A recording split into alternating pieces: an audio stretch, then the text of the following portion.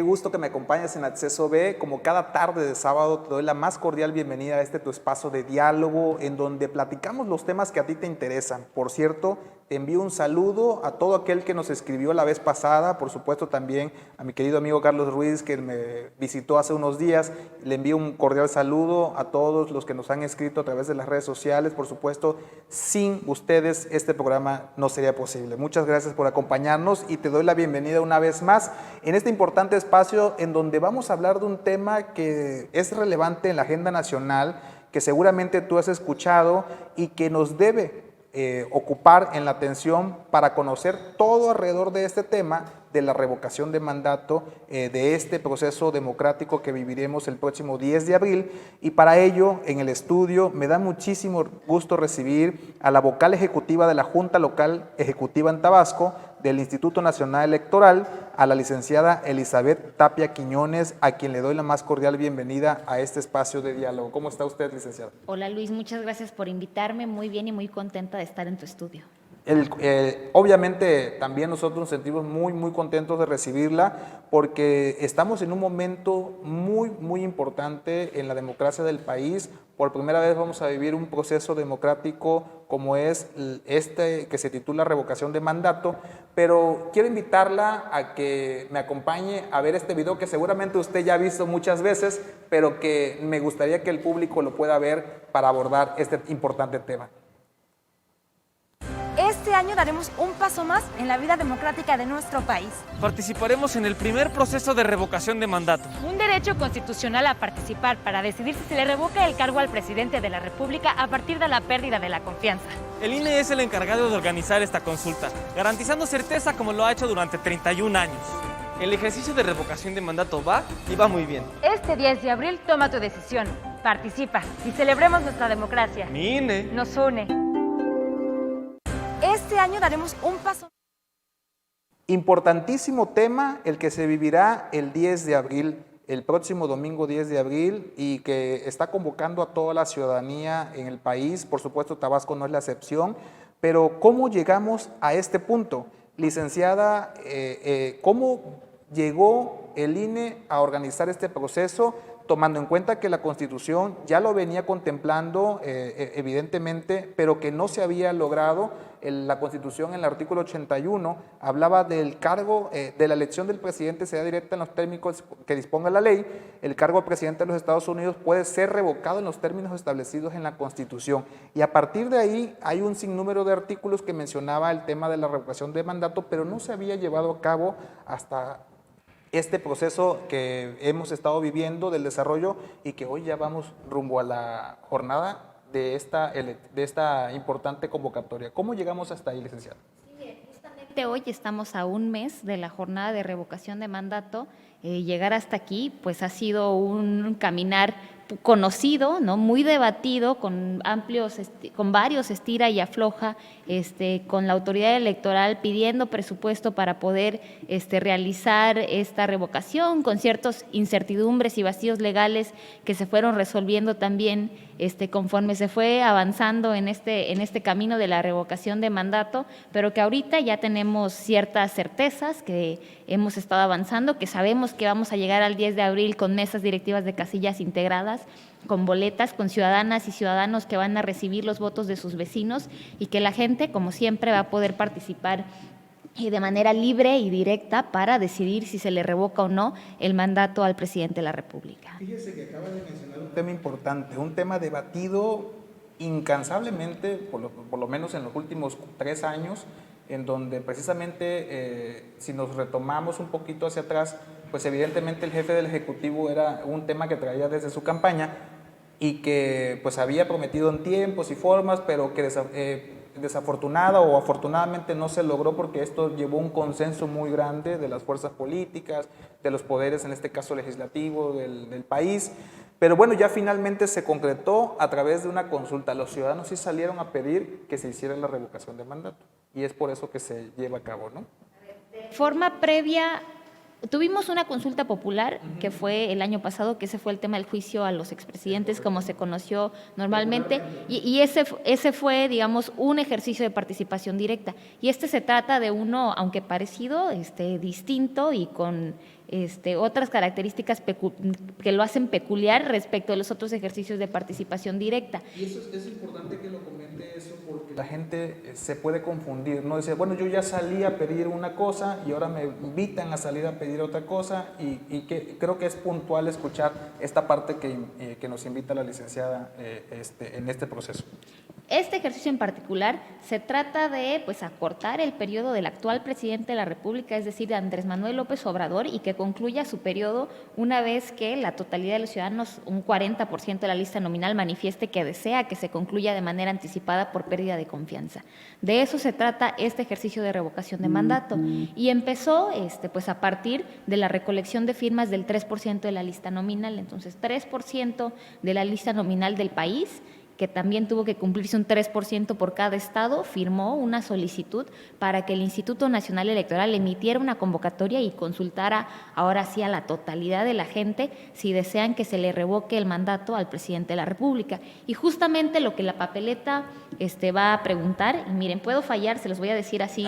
No creo que ya falle después de tanto memoria, que lo ha mencionado, ¿no? ¿Está usted de acuerdo en que se le revoque el mandato por pérdida de confianza al presidente de los Estados Unidos mexicanos, Andrés Manuel López Obrador, o que continúe en su mandato?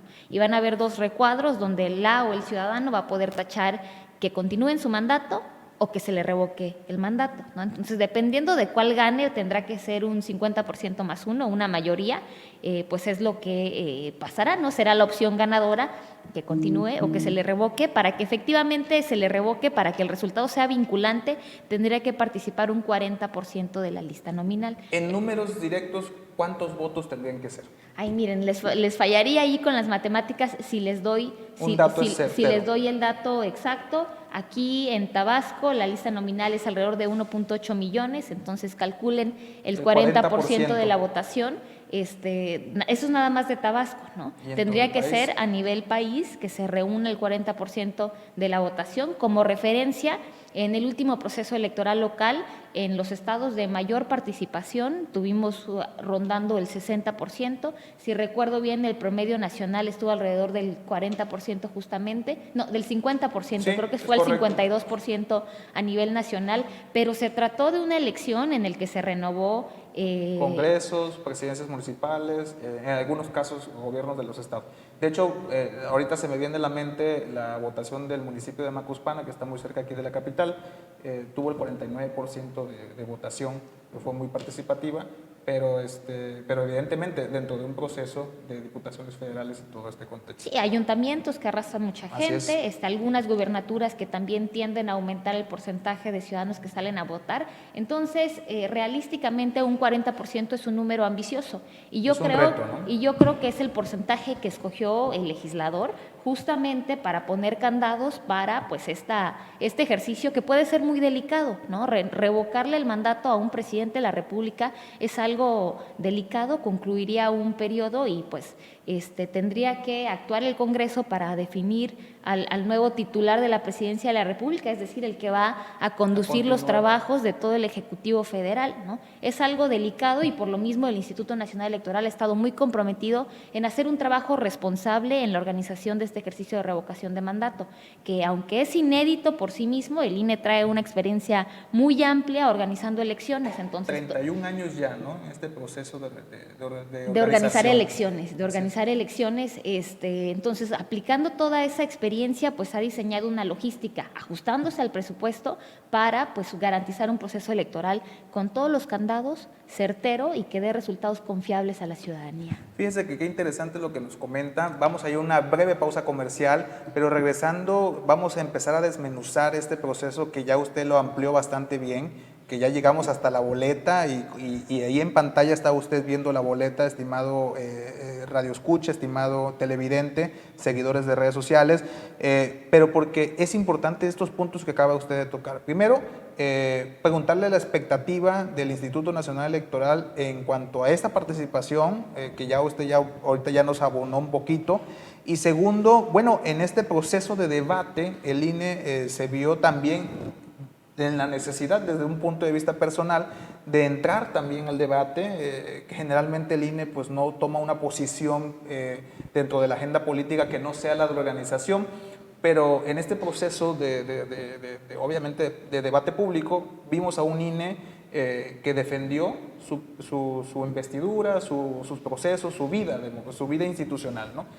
Y todo eso, pues evidentemente, de alguna manera afecta. Yo también le quiero preguntar sobre eso, pero vamos a una breve pausa comercial y regresamos aquí en Acceso B. No se vaya, comparta este video, también coméntenos ahí en las redes sociales si tiene alguna pregunta del INE, hacia el INE, perdón, pues evidentemente es el momento, y sobre todo ya vaya preparando esa credencial de elector, porque independientemente de cuál sea su posición al respecto de este proceso que vamos a vivir, pues todos tenemos que participar. Regresamos en un momento aquí en Acceso B.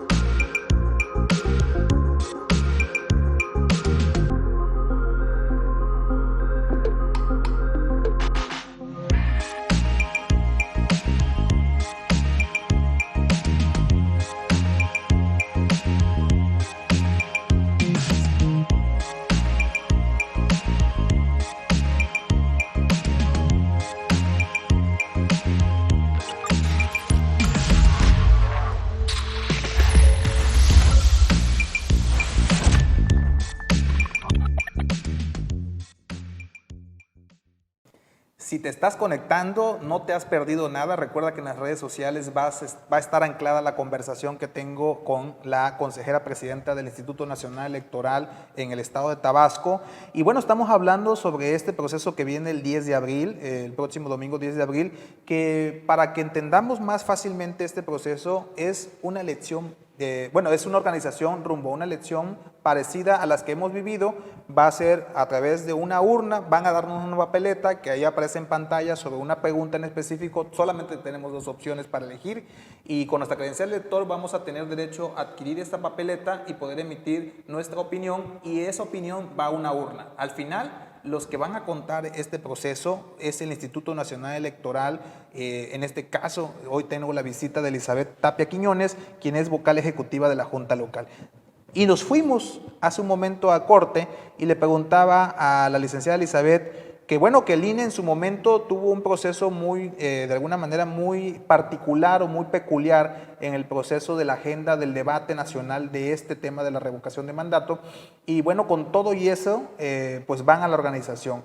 Yo le pregunto a la licenciada si eso de alguna manera afecta o no el papel de los organizadores en este proceso que estamos viviendo.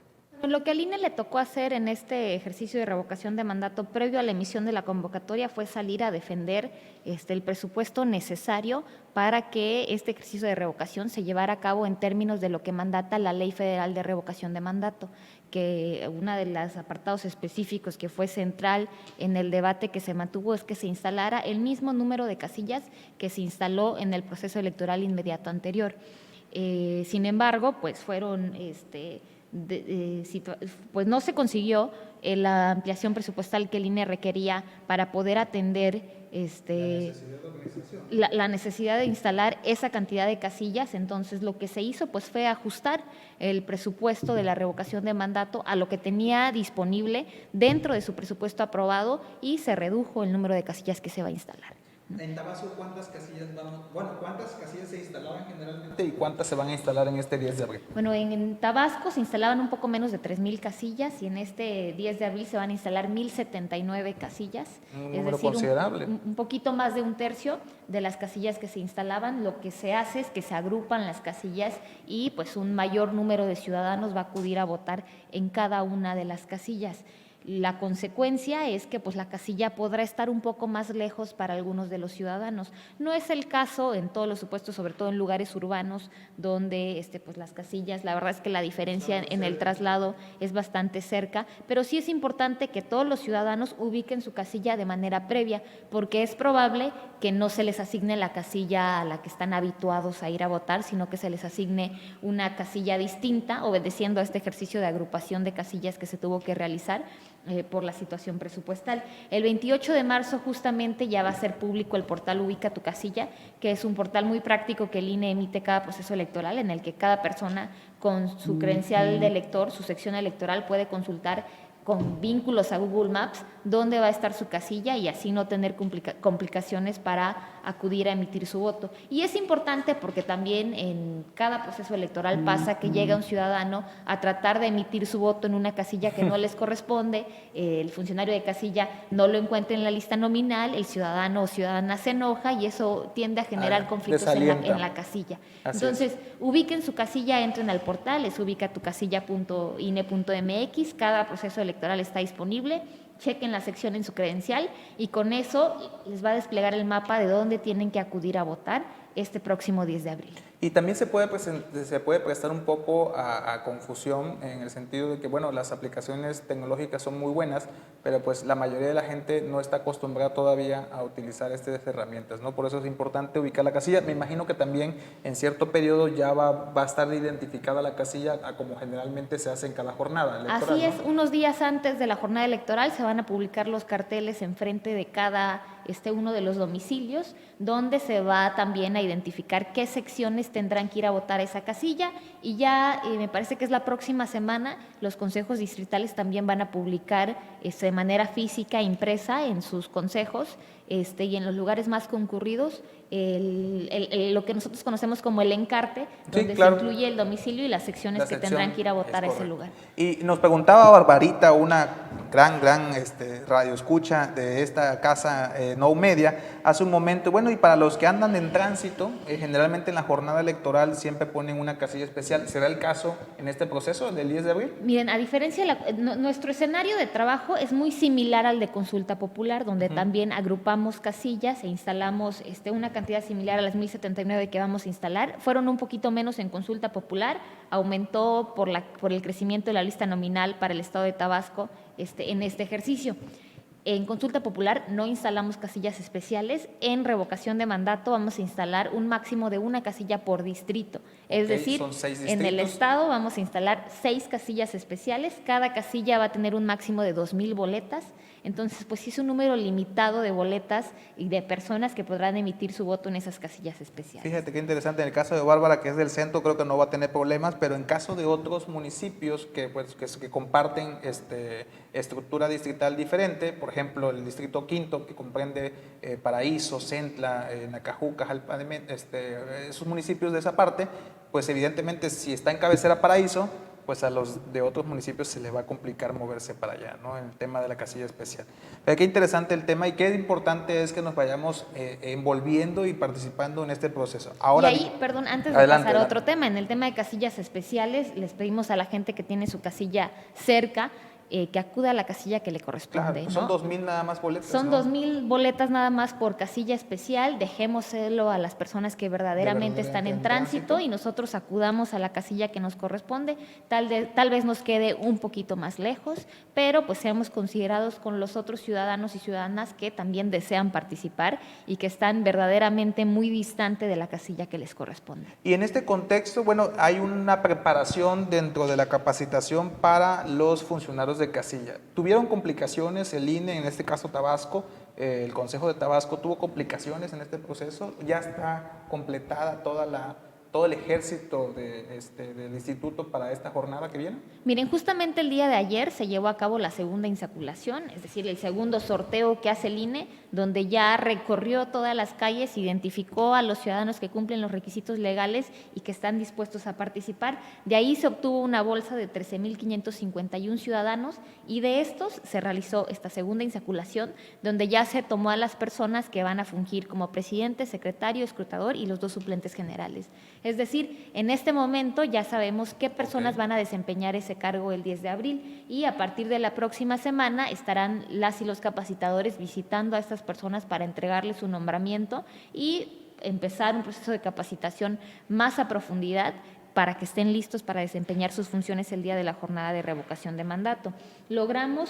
Buscamos nuestra meta, es decir, lo que fijamos como 100% era una cantidad de 10 personas por cada casilla. Es decir, necesitamos en realidad 5, pero buscamos tener 10 en caso de que alguno de esos 5 por algún motivo no pueda acudir el día de la jornada de revocación de mandato, y excedimos la meta. Es decir, tenemos más ciudadanos de los que requerimos en este momento, pero pues vamos a estar visitando a quienes ya salieron sorteados, y de acuerdo a cómo evolucionen sus condiciones, pues tendremos que ir tomando de esta bolsa de reserva, y en caso de que se nos agote, recurrir nuevamente a nuestra lista nominal para encontrar ciudadanos que estén dispuestos a ser funcionarios de mesas directivas de casilla. Y en este tema, la importancia de que quienes son designados y son capacitados acudan este 10 de abril a desempeñar sus funciones, porque cuando no acuden nos generan problemas el día de la casilla, sobre todo con la hora de inicio de apertura de la casilla y en que se empiezan a recepcionar los votos de los ciudadanos.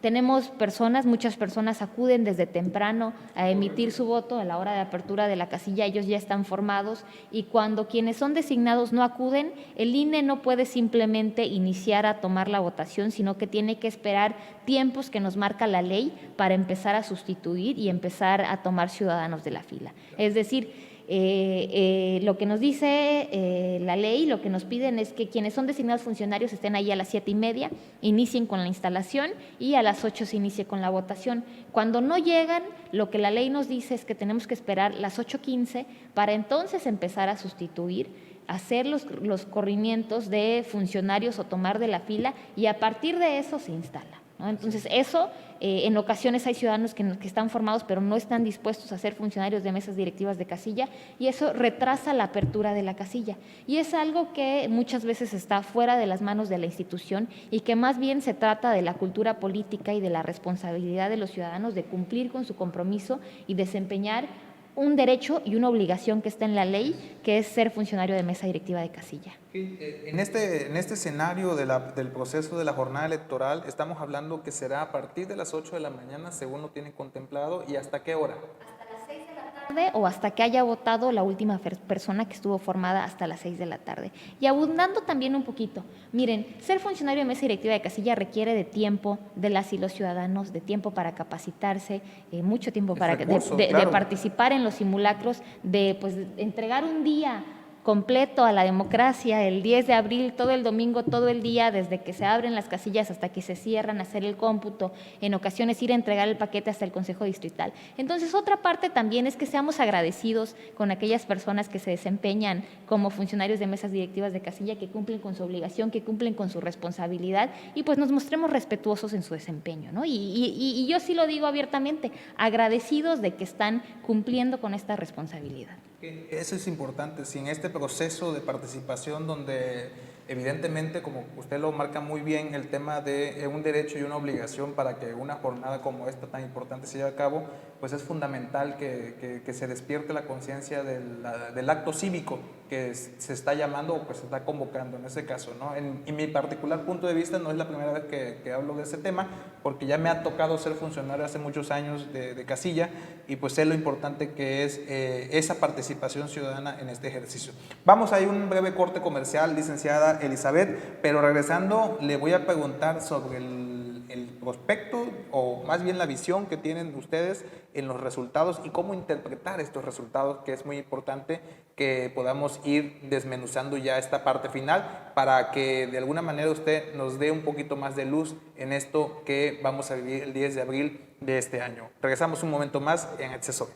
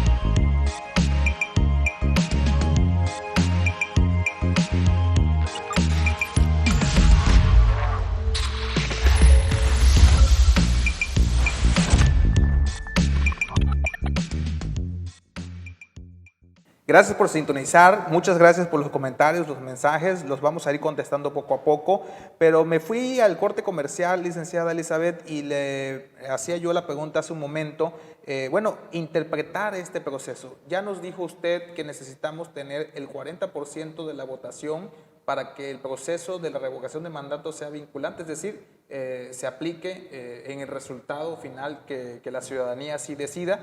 Es un gran reto, pero pues evidentemente eso no lo vamos a saber hasta el 10 de abril. Sin embargo, en los escenarios, ¿cuáles son esos escenarios que tiene el INE para poder interpretar hoy en día lo que pudiera pasar, por ejemplo, que saliera un gran porcentaje de votación a decir por el sí o, en su caso contrario, decir por el no? Bueno, la ley nos marca un 40% para que sea vinculante, sin embargo, pues cualquier porcentaje de participación nos va a servir de referencia para conocer pues cuál es el sentir, ¿no?, de la ciudadanía.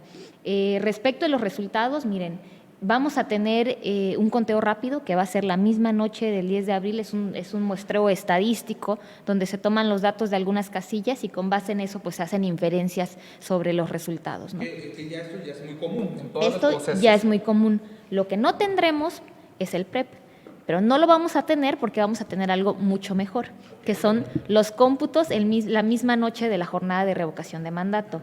Lo que usualmente pasaba es que estos cómputos empiezan hasta el miércoles siguiente y tienen hasta el domingo siguiente a la elección para continuar, es decir, toda una semana para que se den ya los resultados definitivos de la elección. En esta ocasión, el mismo 10 de abril, conforme los paquetes van llegando, se van a ir clasificando cuáles se van a recuento y cuáles únicamente se van a cotejo, es decir, que el acta ya viene bien llenada, que no presenta ninguna inconsistencia, que son legibles, que vienen los datos completos, y esas se van a digitalizar y se van a hacer públicas en un portal a la que cualquier persona va a poder acceder, y de manera paralela van a estar operando grupos de recuento, gente del INE y de los partidos políticos que tienen acreditada representación, donde en aquellos casos en los que el acta traía alguna inconsistencia, se abre el paquete y se revisa su contenido, se llena un nuevo acta y también se va a hacer público, ¿no? Okay. Entonces estamos hablando que antes de que culmine el 10 de abril nosotros vamos a tener un resultado concreto, ¿no? Probablemente no antes de que culmine el 10 de abril, probablemente al día siguiente, el 11 de abril, estén terminando los cómputos distritales, porque recordemos que para que esto pase,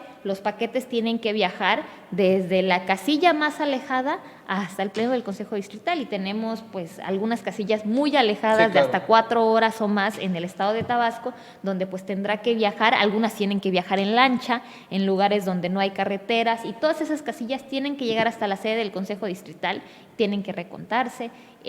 A partir de que cierra a las 6 pasa el cómputo en la casilla, de ahí a partir de que concluyen empieza el viaje del paquete hasta el Consejo Distrital, en el Consejo Distrital se revisa el acta y es cuando ya o se hace público o se hace el recuento, por lo que pues sí nos va a tomar, nosotros no dormimos esa noche, nos va a tomar probablemente toda la noche hasta la madrugada del día siguiente en los mejores escenarios. En la madrugada del día siguiente estaremos teniendo resultados distritales, en algunos casos en los que los distritos están más alejados, las casillas más alejadas, porque recordemos que es un ejercicio nacional, pues estarán hasta la tarde o noche del 11 de abril, ¿no? Una vez que la totalidad de los 300 distritos concluyan, las actas ya distritales se remiten al Consejo General, al secretario ejecutivo, quien rinde un informe al Consejo General respecto de los resultados finales. Él tiene 48 horas a partir de que se recibe el último acta, es decir, pudiera ser hasta el 13 de abril, aunque seguramente será el mismo 11 o 12 de abril, dependiendo de cómo fluja la información,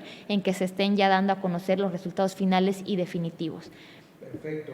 Licenciada Elizabeth, antes de despedirnos de esta agradable conversación, que es muy importante que pues obviamente tratemos de aclarar todas las dudas referente al 10 de abril y la revocación de mandato, pero preguntarle, dentro de este proceso que usted apenas hace unos meses llegó a Tabasco a hacerse responsable de esta junta ejecutiva del INE, ¿ha tenido una buena relación con los partidos políticos y también con el gobierno del Estado y los gobiernos municipales? Miren, hasta ahorita cada una de las autoridades con la que me he reunido y partidos políticos han trabajado en la parte que les corresponde en la organización de este ejercicio de revocación de mandato. Pues sí, yo acabo de llegar, pero hemos ido trazando estas líneas de coordinación justamente para que ellos tengan, en el caso de los partidos políticos, toda la información que requieren respecto de este ejercicio.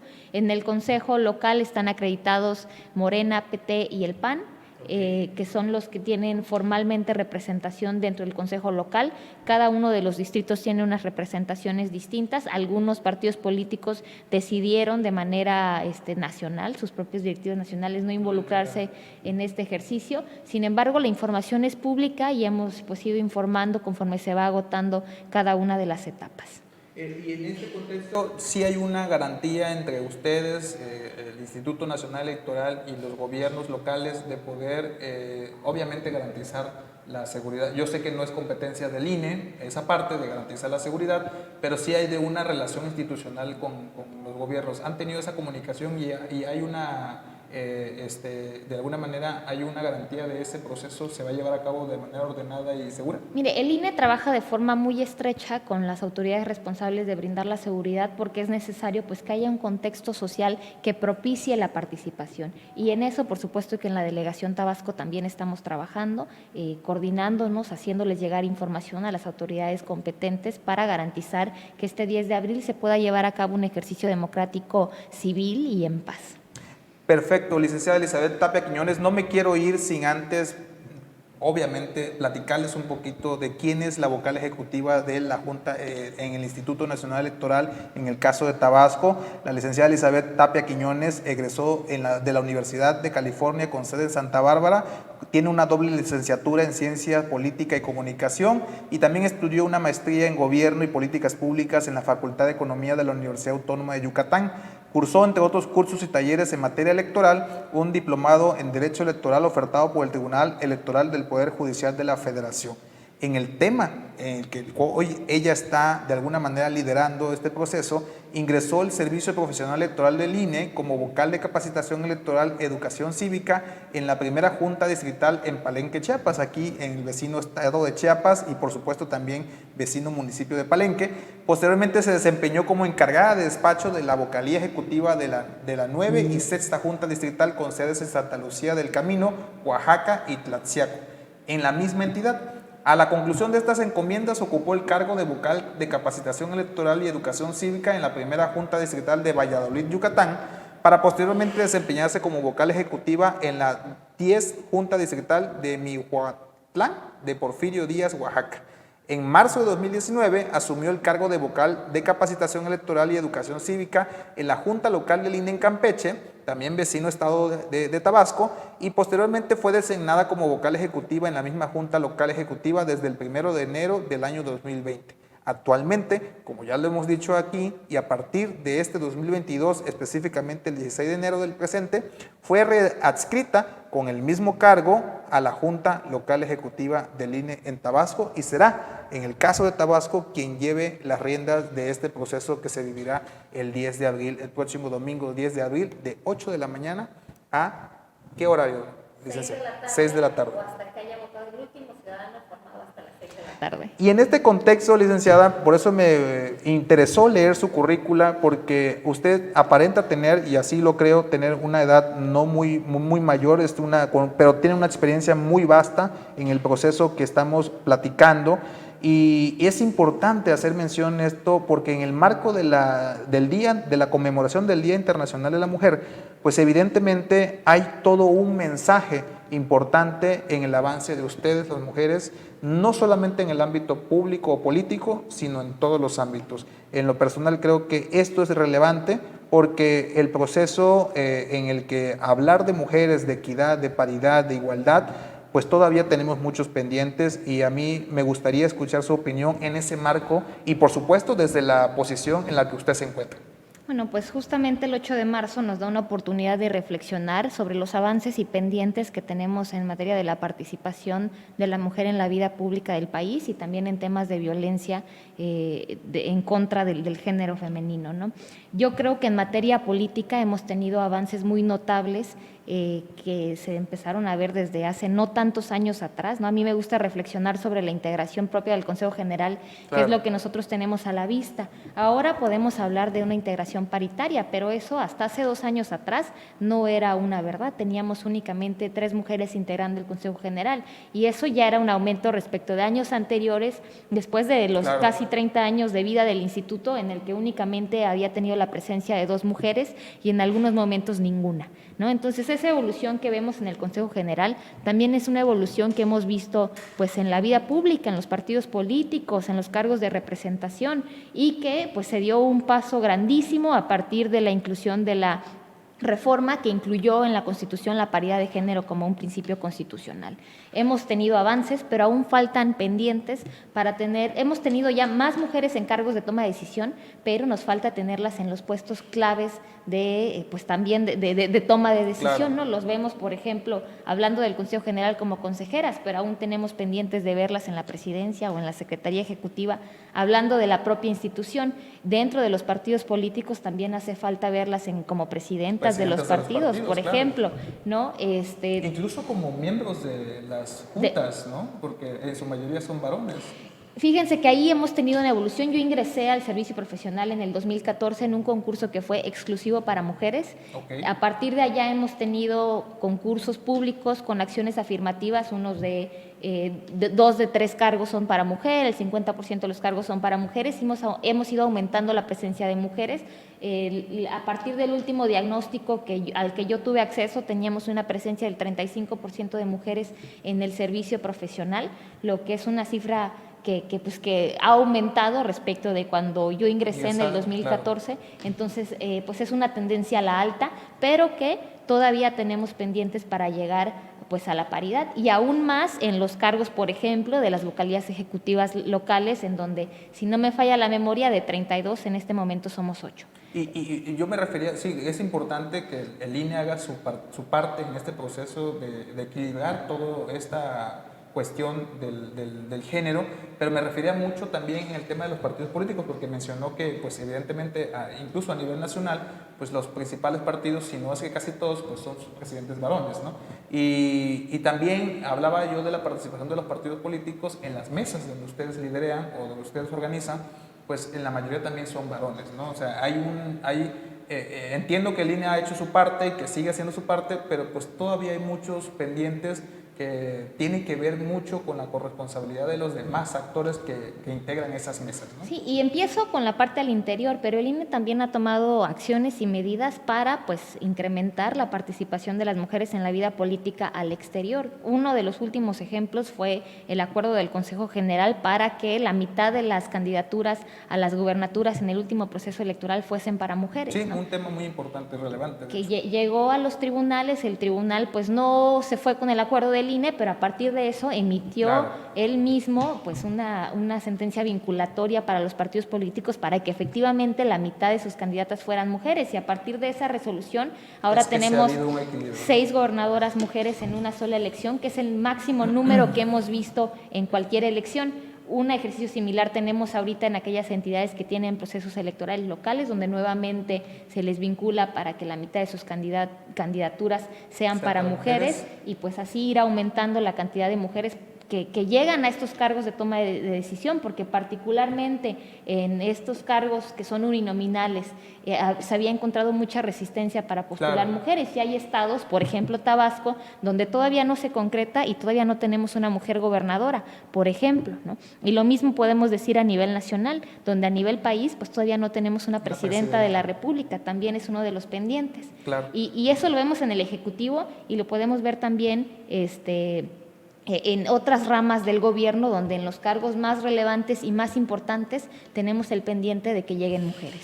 En el contexto de lo que nos atañe en esta conversación, el INE, desde su perspectiva muy propia de su responsabilidad, tiene de alguna manera una incertidumbre ante ese debate que se ha incrementado a nivel nacional sobre si la existencia o no existencia del Instituto Nacional Electoral? En su caso, ¿cuál es su opinión?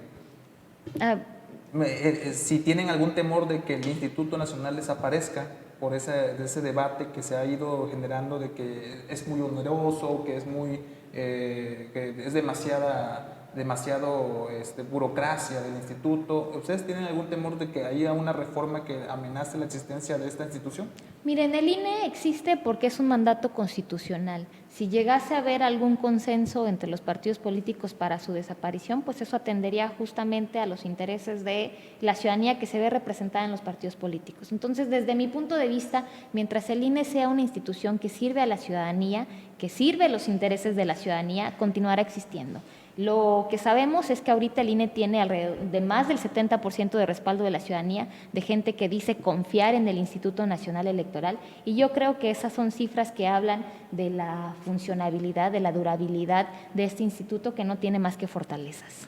Qué interesante lo que nos platica la licenciada Elizabeth Tapia Quiñones, a la cual, por supuesto, en Acceso B siempre será bienvenida, no solamente desde su responsabilidad como vocal ejecutiva de la Junta Local del INE, aquí en Tabasco, sino también como participe, o más bien, de alguna manera, actor importante de la vida pública, no solamente del Estado en esta ocasión, sino de la región, porque es muy importante la experiencia que haya adquirido a nivel regional en todos los estados vecinos que acabamos de mencionar. Licenciada Elizabeth, antes de irnos, le toca a usted decirle al público por qué tiene que salir el 10 de abril y que es importante que este proceso, que finalmente es un proceso que vamos a vivir por primera vez, se lleve con el mayor positivismo posible para que se desempeñe bien para la democracia de nuestro país. Adelante, la cámara es de usted. Bueno, como les decía, el Instituto Nacional Electoral es un instituto que se debe a la ciudadanía y como tal sobrevive gracias a la ciudadanía y al involucramiento de la ciudadanía. Para que este ejercicio sea un ejercicio exitoso, necesitamos que las y los ciudadanos se involucren en todos los espacios que están abiertos para ustedes, ya sea como observadores, como funcionarios de mesas directivas de casilla o como electores, y salgan a emitir su opinión este próximo 10 de abril. Las mesas van a estar puestas por el Instituto Nacional Electoral. Acudan a participar. Muchas gracias por esta participación. En Acceso B tiene su casa evidentemente, no nada más de usted, sino de todo aquel que tiene algo que decir y contribuir a la vida pública, social, por supuesto, de este estado y de este país. Le agradecemos su asistencia y los invitamos a ustedes en que sigan en sintonía con Acceso B, donde, por supuesto, ya lo saben, ustedes tienen su boleto.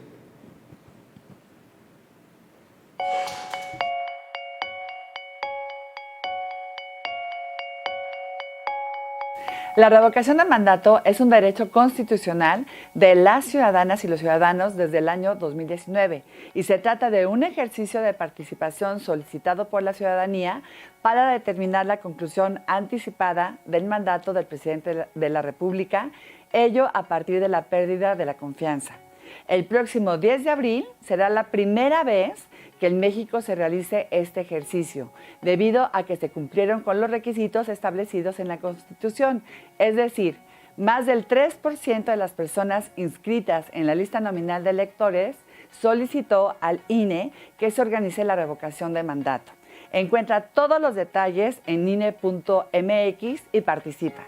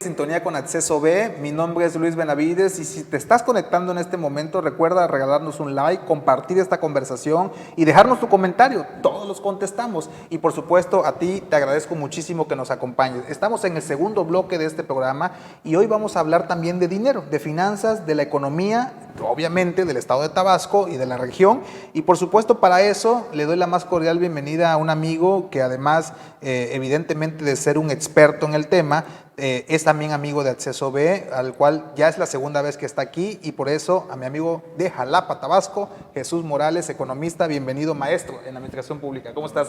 Bien, Daniel, agradecido siempre por brindarme este espacio y bueno, poder generar opinión, ¿no? Y hacer la reflexión a tu público sobre lo que acontece en el tema económico y financiero, dirán, de lo local a lo internacional, ¿no? Que todo nos afecta, vaya. Sí, efectivamente, ¿no? Y antes de que te vayas de la conversación, te voy a preguntar sobre eso precisamente que nos está pegando, el tema económico, que es un tema de ahora de las nuevas formas de atacar países entre países, y bueno, tú sabes que lo de Ucrania y Estados Unidos, Rusia y todo esto, el contexto también nos está pegando, pero eso va a ser al final, porque por la invitación que te invité a este día, a Acceso B, es por el tema de la economía en Tabasco, ¿no? Los retos y oportunidades para el desarrollo y cómo ser un estado rico en cuestiones naturales, rico en diversidad acuática, en el proceso de la agricultura, de la ganadería, de la pesca y todo esto que pudieran ser insumos importantes, pues nuestra economía gira alrededor del petróleo y de estas cuestiones industriales. Pero para llegar a eso, rápidamente, Jesús, ¿cómo empezó todo este proceso y por qué en vez de ser un estado proveedor de estos insumos primarios, somos un estado que depende básicamente del tema de la industria y del tema del petróleo? Sí, bueno, en el estado de Tabasco hemos tenido diversas etapas en el tema económico. La composición de la economía tabasqueña, bueno, si lo vemos desde el punto de vista cultural, ¿no? Tenemos nuestra cultura olmeca, maya, el tema del cacao, digan, cómo se fue evolucionando, cómo llegan los españoles, se convierte ahora el chocolate, la producción, se traen productos de la Nueva España que, bueno, conocemos a la papa, se crean nuevas formas para el cultivo de maíz, de arroz, de sorgo, pero en todos estos siglos no llega la conquista, la etapa de independencia revolucionaria, y bueno, vemos que había una necesidad, ¿no? de ya empezar a crear centros de población. Si lo vemos desde el punto de vista territorial, Tabasco formaba parte de una región que era con la península de Yucatán. Entonces, entre el siglo XVIII y XIX es donde nos vamos despegando un poco, y nos vamos haciendo un poco autónomos con una soberanía estatal. Se conforma Tabasco y ahora somos nosotros, dirían, los dueños de nuestro propio destino. De ahí ya con esto llegamos a... Sí, entonces ya esto nos permite que, bueno, se conforma el estado de Tabasco con sus regiones, y ahora hay que comunicarlas. Y entre 1940 y 1970 se comienza esta comunicación entre los municipios, entre los territorios de Tabasco. ¿Por qué? Porque no podemos hablar de ya sabemos, digan, de que la exuberancia, la biodiversidad que hay en el estado, la producción agropecuaria que hay, que es muy importante. Ya venimos desde el tema del oro verde, de los cítricos, que han sido un boom en inicio del siglo XX, pero ahora hay que comunicar a los estados, ¿no? Ya en 1970 inicia la construcción de puentes, el Plan Chontalpa, ya más hacia los 80, el Plan Balancán-Tenosique, toda la construcción de puentes, caminos, pero en esto sucede algo, ¿no? Viene el tema del boom petrolero. Viene esto y decimos, bueno, pues ante las crisis internacionales y todo lo que se venía a nivel nacional, en Tabasco hay una oportunidad. Se dan cuenta de los yacimientos que hay en el estado de hidrocarburos y comienza la explotación, y es donde, bueno, se fue fortaleciendo la economía, pero en lugar de llevar a la par la cuestión agropecuaria y el sector energético, nos enfocamos totalmente en el sector energético y esto fortaleció el sector servicios, el sector terciario, y dejamos de ver a la actividad agropecuaria. ¿Qué ocasionó esto? Que muchas personas migraran de las zonas rurales a las ciudades, ¿no? Que necesitaban servicios, luz, agua, vivienda. La Mancha creció, ¿no? Esto que hasta la fecha sigue pasando en las... Claro, esto es... Claro, todos estos, el Estado tiene que proveer de todo esto, no es mayores demandas y como sabemos los recursos son escasos, claro. Mientras la población de manera geométrica está creciendo. Entonces, esta falta de diversificación económica hace de que dependamos del petróleo. Sin embargo, la caída de los precios del mismo, todo lo que, bueno, ya a nivel interno... de este insumo energético, ¿no? Exactamente, y de que, bueno, al final ni México, ni Venezuela, ni algunos de los países del Medio Oriente, ni el caso de Rusia, Estados Unidos, todos dependen del contexto internacional como tal de los energéticos. Digan. Claro, unos con mayor poder de decisión que otros, mayor peso, sin embargo, esta concentración del capital en el sector energético en Tabasco sí tuvo un impacto en lo que es el desarrollo equilibrado, equitativo, la redistribución de la riqueza en el Estado. Entonces, por eso vemos comunidades donde actualmente el acceso a Internet, aún la cobertura, si nos vamos a los datos del INEGI, de agua potable, de saneamiento, estamos entre el 90 y el 94%, aún en estos tiempos. Entonces, esto da cuenta de que hay comunidades que están rezagadas, hay carencias que la misma CONEVAL va midiendo, de salud, de educación, vivienda, la alimentación, el tema de la seguridad alimentaria. El Estado de Tabasco con esta vocación, porque así lo debemos llamar, esta vocación que hay en materia agropecuaria, es para que sea aprovechada y de que venga la innovación sobre ello, la tecnificación. Pero ello no es solo unas cosas de lo que ha pasado, es que vemos la innovación, es tecnificar la tierra, que yo traigo alguna maquinaria, arado, alguno de estos procesos que se hagan a la tierra, pero no es solo eso, es también como en esta triple hélice, como en este cuarto sector del que tiene que ver con el conocimiento, cómo se aplica que es la apropiación social del conocimiento para elevar la competitividad de este sector.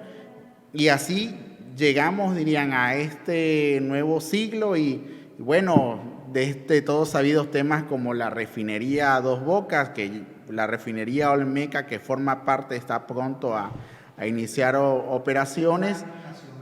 Claro, y si cualquiera de nosotros que ha ido al municipio de Paraíso, hemos visto la transformación que hay en toda esa zona por el sector energético.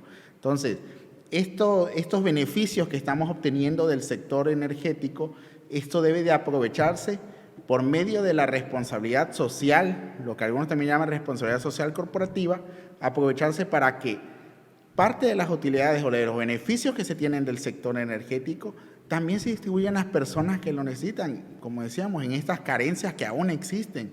De educación, de servicios, de salud, más bien de educación, salud y que finalmente son servicios necesarios básicos para la población, ¿no? Claro, y para esto no es solo pensar, si lo vemos desde el punto de vista económico y de la administración pública, no es solo lo que hace Pemex y sus empresas o subsidiarias en el Estado, también las empresas que participan en el sector energético, que están haciendo en pro del desarrollo social y económico local, digan, aprovechando todas estas economías de escala que se están dando en la entidad para una mayor educación de las personas, es decir, de que el acceso y la cobertura de educación crezca, llevar los servicios de salud a todas las comunidades y el tema de la alimentación. Hay muchos problemas que son transversales y que tienen relación uno con otro y si nos vamos hasta un escenario, pues hay el tema de la unidad social, de los valores familiares, también parte de ello puede ser resuelto con este tipo de programas, que sean inclusivos y busquen el goce, respeto y fortalecimiento de los derechos humanos de las personas. Que lo que comentas es importante y es una antesala de lo que te voy a preguntar en el siguiente bloque, es ante esto que estamos platicando, lo que tú nos estás de alguna manera dando luz en este proceso histórico del Estado y de los presentes que estamos viviendo, ¿qué es lo que pudiera hacer Tabasco en cuestiones específicas desde dos puntos importantes? Uno, en el ámbito público, desde la administración pública, ¿qué puede provocar la administración pública para este ejercicio? Ya nos contaste un poquito al respecto, pero como más puntual, tú nos puedes proponer algo. Y la otra es desde el ámbito de la inversión privada, ¿no? Es decir, aquellos actores que vienen a explotar lo que hoy estamos viviendo como Estado. Pero vamos a un corte comercial y regresamos rápidamente aquí en Acceso B, donde ya sabes que tú tienes tu boleto.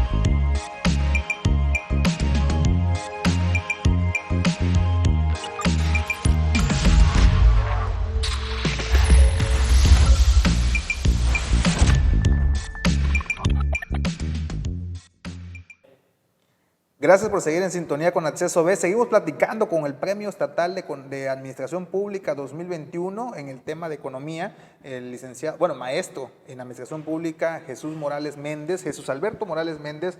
Y hace un momento te pregunté, Chucho, estamos en este proceso de lo que pudieran hacer, por un lado, el ámbito público y por un lado, el ámbito de la inversión privada. ¿Qué tú ves que pudieran estos actores hacer alrededor de esto que estás platicando, que ya nos platicaste previamente sobre la economía en el estado de Tabasco? Bueno, mire, en el tema de económico, bueno, si lo vemos desde el punto de la administración pública, ya contamos con ya no una secretaría que ve a nivel estatal el tema económico en general, sino tenemos desarrollo económico y competitividad, turismo, desarrollo energético, tenemos, bueno, el tema de SEDAFOP, que, bueno, ese sí ha tenido una continuidad si lo vemos desde el punto de vista institucional. Sin embargo, en algunos temas, por decir, en el caso de formación de capital de recursos humanos en el sector energético, si lo vemos en el tema de la estacionalidad de la demanda turística, si vemos el tema de la creación de empresas, vemos que cada dependencia está jalando de manera individual. No hay integralidad. Eso es lo que deberíamos hacer, pensar de que, bueno, si viendo la legislación, viendo los medios de comunicación, hay diversos consejos estatales, no vemos, hoy sesionó este consejo estatal, mañana otro, pasado otro, pero bueno, hay que hacer la medición de los resultados, dirían, estos resultados medidos en indicadores, ver, bueno, qué acciones se están comprometiendo, de qué sinergias están haciendo.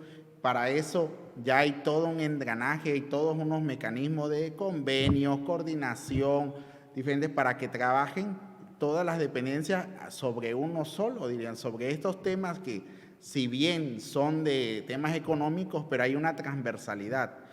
Yo propondría eso, de que se busque integrar las dependencias, órganos y entidades, no en mesas, pero que haya resultados, dirían, que sean más allá del consejo, de actas, de sesiones, sino de que, bueno, de que esté impactando a la población, lo vería en un nivel fin-propósito, de, bueno, de qué manera se está beneficiando a la población, más en estos tiempos que llevamos 2 años de COVID y hasta cierto punto está cambiando y vemos, dirían, en el poder adquisitivo ya estamos viendo los efectos, estamos viendo hasta algunos efectos que hay en materia de seguridad, estamos viendo de que, bueno, pero igual por el mismo desempleo que ha generado. Entonces, para todo esto, primero necesitamos una entidad, necesitamos un Tabasco que esté cimentado en unidades económicas, que sean eficientes hacia la competitividad, que con familias que tengan valores y de ahí hacia el bien común, para hacer esta integración también de todos los actores económicos, sociales y políticos hacia buscar el bienestar en la entidad. Básicamente también estás incluyendo ahí ya desde una vez en esta integralidad al sector privado, ¿no? Pero además de eso, ¿qué tendría que hacer el sector privado para potencializar esta oportunidad o este escenario de oportunidad en el estado de Tabasco con lo que se está haciendo actualmente? Bueno, aquí en el estado de Tabasco hemos visto y en últimas fechas ejemplos de cómo hay empresas que ya se están preocupando por los problemas económicos locales, microrregionales. En algunos municipios, ¿no? Vemos de que hay empresas que se están vinculando con productores de sus mismos insumos, dirían en el caso del plátano, en el caso del coco, en el caso de la palma de aceite. Entonces, hacia ahí tenemos que ir, de que vean el sector empresarial, dirían, no solo vea a la población del medio rural como un proveedor de insumos, sino como que vea un aliado que si al productor, al pequeño productor le va bien económicamente en cuanto a sus ingresos y su producción, por ende a la misma empresa que aprovecha esos insumos le irá mejor. Entonces eso tenemos que ver, cambiar el panorama y ver de que no tenemos proveedores sino aliados a nivel de la iniciativa privada y buscar igual hacer gestiones, hay recursos a nivel internacional, nacional, premios, certificaciones, apoyos en materia de capacitación, de formación, asistencia técnica, que muchas veces son desaprovechados por la falta de difusión o por falta de áreas o de organizaciones de la sociedad civil que estén alerta de todas aquellas convocatorias que van saliendo y poder detectar quiénes son los que pueden tener la oportunidad o el área de enfoque para poder aprovechar estos recursos. Y además de eso, yo no quiero que te vayas sin que antes nos des tu opinión, porque mira, para nadie es ajeno que estamos viviendo una situación de alguna manera complicada en el ámbito económico del país.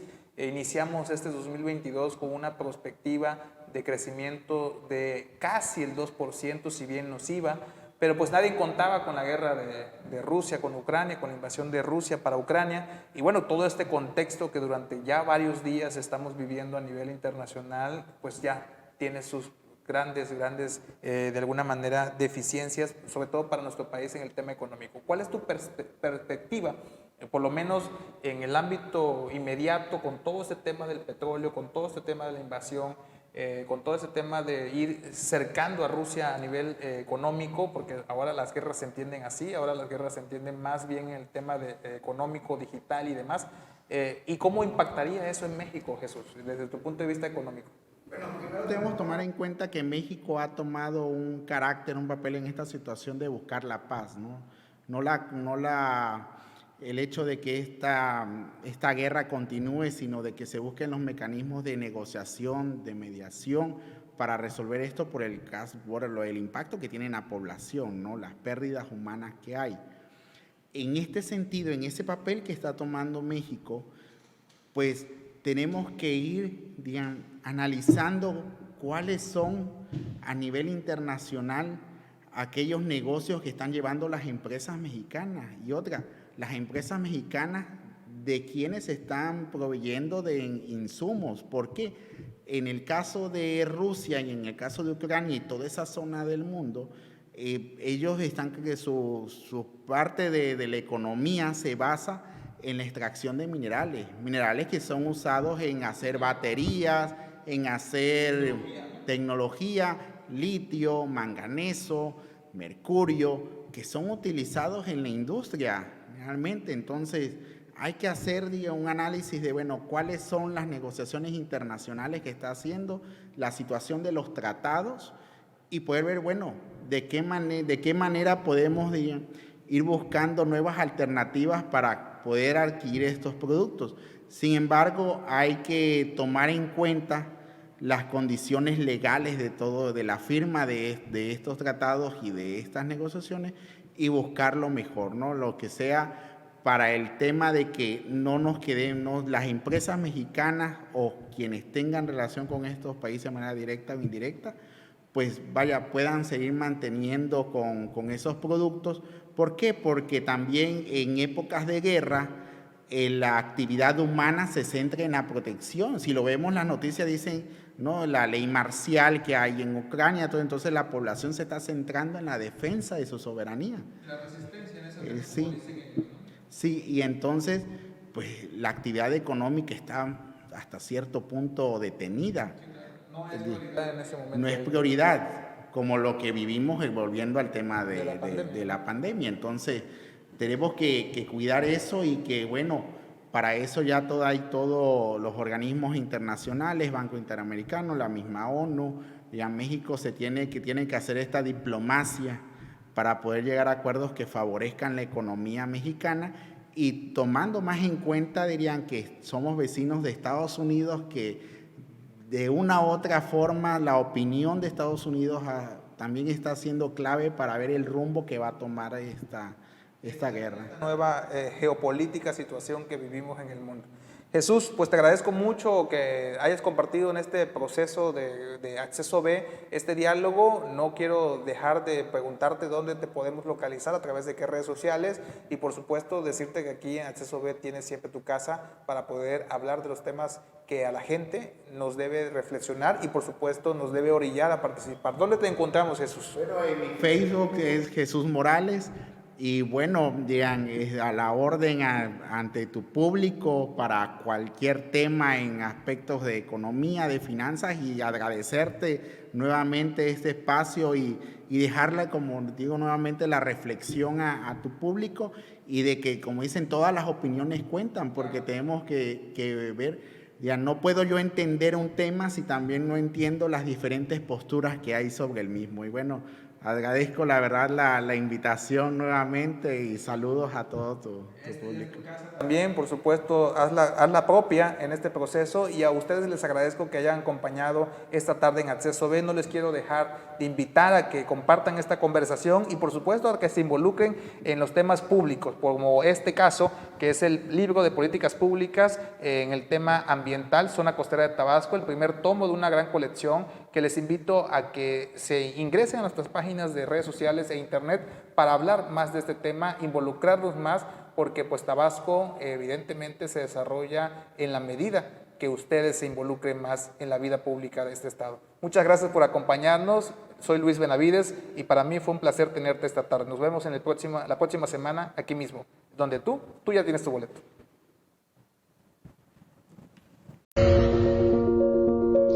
Muchos hacemos política, pero pocos tenemos en cuenta que los acuerdos más importantes los hacemos con la naturaleza.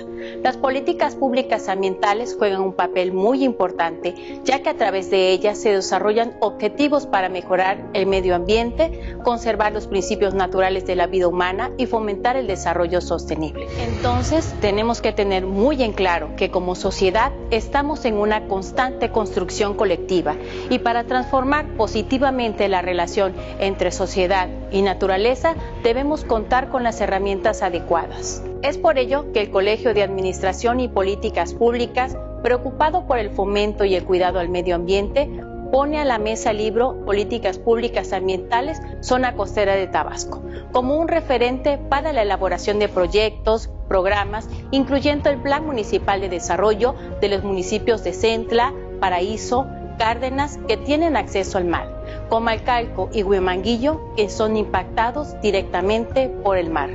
Para la elaboración del libro participaron como autores el maestro Luciano Camero, el biólogo Samuel Olán, el químico farmacobiólogo Leonardo García Hernández, el maestro Luis Benavides y una servidora, Saori Gallego Salamilla. quienes somos parte del Colegio de Administración y Políticas Públicas. Este libro fue editado por la Universidad Popular de la Chontalpa.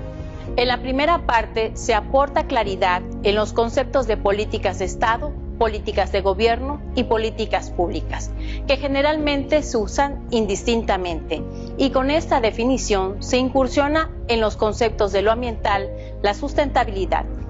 El libro pretende que los conceptos sean adoptados por los nuevos encargados de la Administración Pública Municipal y por los legisladores estatales y federales para su inclusión en la planeación a través de los planes municipales de desarrollo y otros derivados que tengan como fundamento la sustentabilidad, considerando además el manejo integrado del riesgo. En la segunda parte se propone una definición de la zona costera de Tabasco, considerando que es una extensión del patrimonio nacional de importancia estratégica por el desarrollo industrial que se fomenta en tierra firme y el mar. La zona está constituida por las localidades impactadas directamente por el mar, de los municipios de Centla, Paraíso, Cárdenas e indirectamente Comalcalco y Huimanguillo. La zona ha sido espacio de extensos trabajos de investigación, de escenario de participación ciudadana y de acciones de instancias públicas que urgen a delinear acciones de restauración ecológica, conservación del patrimonio y aprovechamiento sustentable. Se tiene así el conocimiento de sus recursos y los impactos generados para el diseño de las políticas públicas, para la toma de decisiones, para ordenar y regular el uso de la zona costera.